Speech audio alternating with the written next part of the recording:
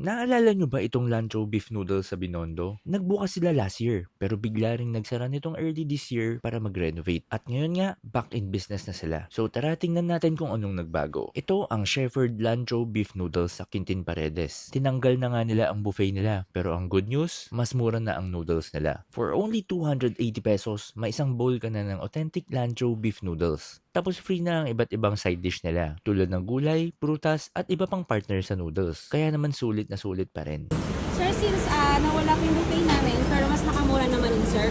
For example, you order 280 pesos, meron na po sang 6 kind of side dish na, sir. Isa ito sa mga favorite noodles ko dito sa Binondo. And for my personal taste, nilalagyan ko ng black vinegar at special chili sauce nila para mas lumabas yung lasa at may konting kick ng anghang. Malinamnam yung sabaw, chewy yung noodles dahil hand-pulled at nakakabusog talaga. So kung naghahanap kayo ng comfort food dito sa Binondo, tara at balikan nyo na to. Open sila from 8 a.m. hanggang 8 p.m. dito sa Quintin Paredes Street, Binondo, Manila. Again, this is Jancy. See you around.